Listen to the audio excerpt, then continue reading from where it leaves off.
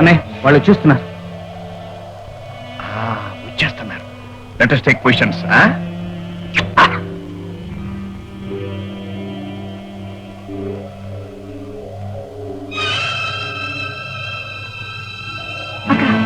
అదిగో మన వాళ్ళ కార్లు.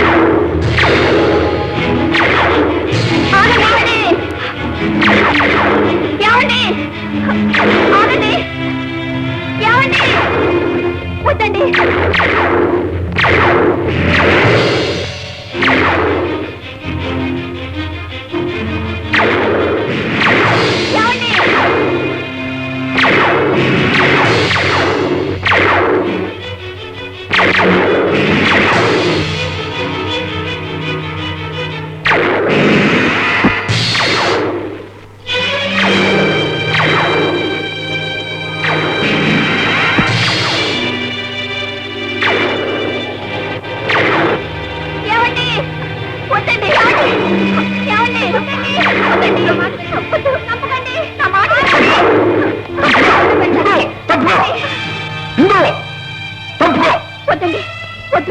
నీకే చెప్పేది, తప్పుకో. అయ్యో వద్దండి, చంపకండి. చంద్ర తప్పుకో. కావాలంటే నన్ను చంపండి. వద్దండి. తప్పుకో. తప్పుకోమంటుంటే వద్దండి, చంపకండి ప్లీజ్. ఇవాళ వాడు నేను ఒక్కళ్ళనే మిగలాలి. తప్పుకో. నా చెల్లెలి జీవితాన్ని నాశనం చేయకండి. కావాలంటే నన్ను చంపండి, ఆయన్ని చంపకండి. వద్దండి.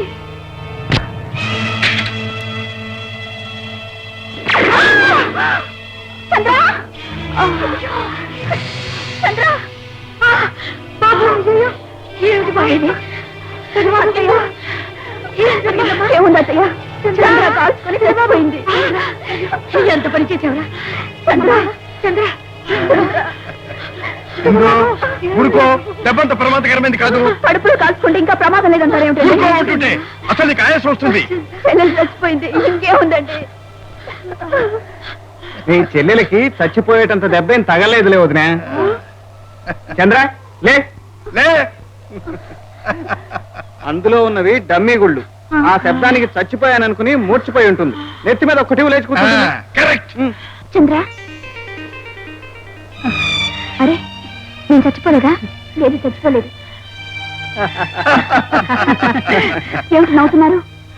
మీరు ఆడిందంతా నాటకం అన్నమాట. అందుకని మళ్ళీ మొదలుకొస్తారా? లేదత్తయ్య, నేను చెప్పిన మాట. ఏమిటా మాట చెప్పు. అందరం కలిసి ఉండాలి. గుడ్.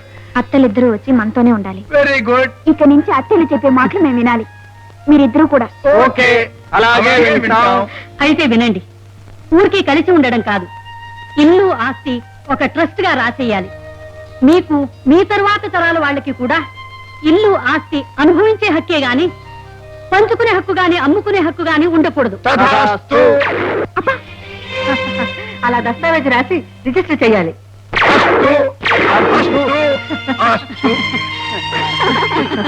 ఇదిగో బావగారు, ఈ ఎలక్షన్ దెబ్బతో అన్నదమ్ములిద్దరిని శుభ్రంగా క్షవరం చేసేసి దివాళా తీయించేసి గాడిదల మీద ఊరేగిద్దాం.